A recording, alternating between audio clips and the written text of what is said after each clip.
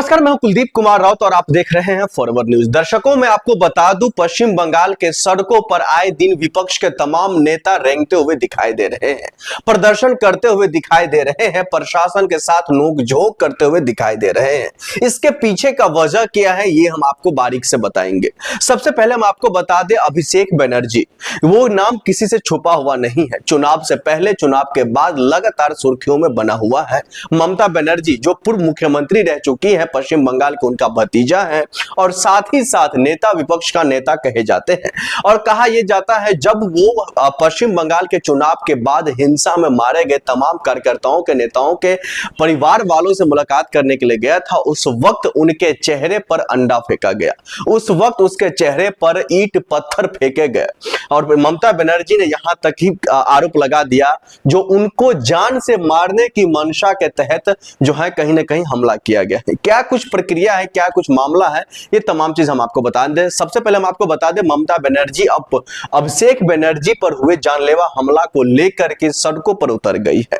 वो प्रदर्शन करती हुई दिखाई दे रही है। सरकार से वो, यानी कि पश्चिम बंगाल की सरकार, शुभेंदु अधिकारी से वो, प्रशासन से वो मांग कर रहे थे, जो किसी भी तरीके से हमें कोई जगह दिया जाए जहां पर हम अपनी बात लोकतांत्रिक तरीके से प्रदर्शन कर सके, लोकतांत्रिक तरीके से हम अपनी बात जनता तक पहुंचा सके। लेकिन उनको परमिशन नहीं मिलता है, कई जगह पर परमिशन नहीं मिलता। लेकिन आखिर में वो जो है एक हैंड माइक लेकर के अपनी तमाम कार्यकर्ताओं को संबोधन करते हैं। साथ ही साथ पुलिस प्रशासन समेत भारतीय जनता पार्टी को धमकी और चुनौती भरा शब्दों से वो कहती हुई दिखाई दे रही हैं, अगर पश्चिम बंगाल के मुख्यमंत्री शुभेंदु अधिकारी और जो जहां पर घटना हुई है, अभिषेक बनर्जी के साथ जो बदसलूकी की गई है, उस पर जो जानलेवा हमला हुआ है, अगर उन तमाम लोगों के खिलाफ सख्त से सख्त कार्रवाई नहीं की जाती है, तो ये धरना प्रदर्शन जो है पश्चिम बंगाल से लेकर के दिल्ली तक पहुंचेगा। देश की राजधानी दिल्ली में बैठ करके हम जो है ये प्रदर्शन करेंगे। इस तरीके की बात ममता बनर्जी करती हुई दिखाई दे रही है। दर्शकों, मैं आपको बता दूं,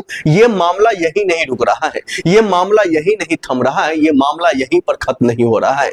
ये मामला अब कहीं न कहीं देश के संसद तक गूंजेगी, ये मामला विधानसभा में गूंजेगी, क्योंकि अभिषेक बनर्जी पर हमला करना का दर्शाता है, जो आप विपक्ष के नेताओं पर हमला कर रहे हैं, यानी कि लोकतंत्र के ढांचा को आप हिलाने की कोशिश कर रहे हैं। ये तो खैर आने वाले वक्त में ही पता चलेगा, जो क्या कुछ मामला आगे निकल करके आएगा। लेकिन इससे पहले आकलन ये लगाया जाता है, जो जिस तरीके से ममता बनर्जी के भतीजे पर हमला करना, कल्याण बनर्जी जो पिटीशन लेकर के थाने पहुंचते हैं, माफ कीजिएगा, जो अपने जो नेताओं पर जो हमला हुआ था, इन तमाम चीजों को लेकर के नोटिस लेकर के जब पहुंचते हैं तो उन पर हमला हो जाना, और साथ ही साथ प्रशासनिक तौर पर किसी भी तरीके का कोई मदद नहीं पहुंचना, इन तमाम चीजों को लेकर के कहा जा रहा है, जो कहीं ना कहीं पश्चिम बंगाल के साथ साथ जो है देश भर में विपक्ष के नेताओं के साथ किस तरीके से बदसलूकी की जा रही है। ममता बनर्जी के साथ साथ तमाम नेता, तमाम कार्यकर्ता और यहां तक कि देश के विपक्ष के नेता राहुल गांधी भी उनके समर्थन में उतरते हुए दिखाई दे रहे हैं। जिस दिन, यानी कि जिस शाम में अभिषेक बनर्जी के साथ बदसलूकी की गई, उन पर हमला किया गया, उन पर पत्थर बरसाए गए, उसी दिन, उसी शाम में राहुल गांधी जो देश के विपक्ष के नेता हैं, वो ममता बनर्जी को फोन करते हैं और वो कहते हैं, अगर आपको किसी भी तरीके से कोई मदद चाहिए तो आप फौरन मुझे बताइएगा। इस तरीके की बात कोई और नहीं बल्कि ममता बनर्जी खुद करती हुई दिखाई दे रही है। दर्शकों, अब इन मामलों को लेकर के आपका क्या राय है, वो हमें कॉमेंट बॉक्स में आप बताइए। लेकिन साथ ही साथ देखना यह होगा, जो जिस तरीके से ममता बनर्जी ने साफ तौर पर कह दिया है, अगर हमारी मांग, अगर हमारी पूर्ति नहीं की जाती है पश्चिम बंगाल के अंदर में, तो हम ये प्रदर्शन, ये धरना लेकर के दिल्ली के सड़कों पर हम चलेंगे, दिल्ली की सड़कों को हम जो है भरने का कामकाज करेंगे। अब ऐसे में देखना ये होगा, जो टीएमसी कार्यकर्ताओं पर आए दिन लगातार हमला हो रहे हैं, चुनाव से पहले, चुनाव के बाद और अभी तक, अब तो उनके विधायक, सांसद पर हमला हो रहा है। ऐसे में देखना ये होगा, जिन तमाम मामलों को लेकर के मुख्यमंत्री शुभेंदु अधिकारी जी का क्या कुछ बयान आता है, ये तो खैर आने वाले वक्त में ही पता चलेगा। आप देख रहे थे फॉरवर्ड न्यूज। नमस्कार।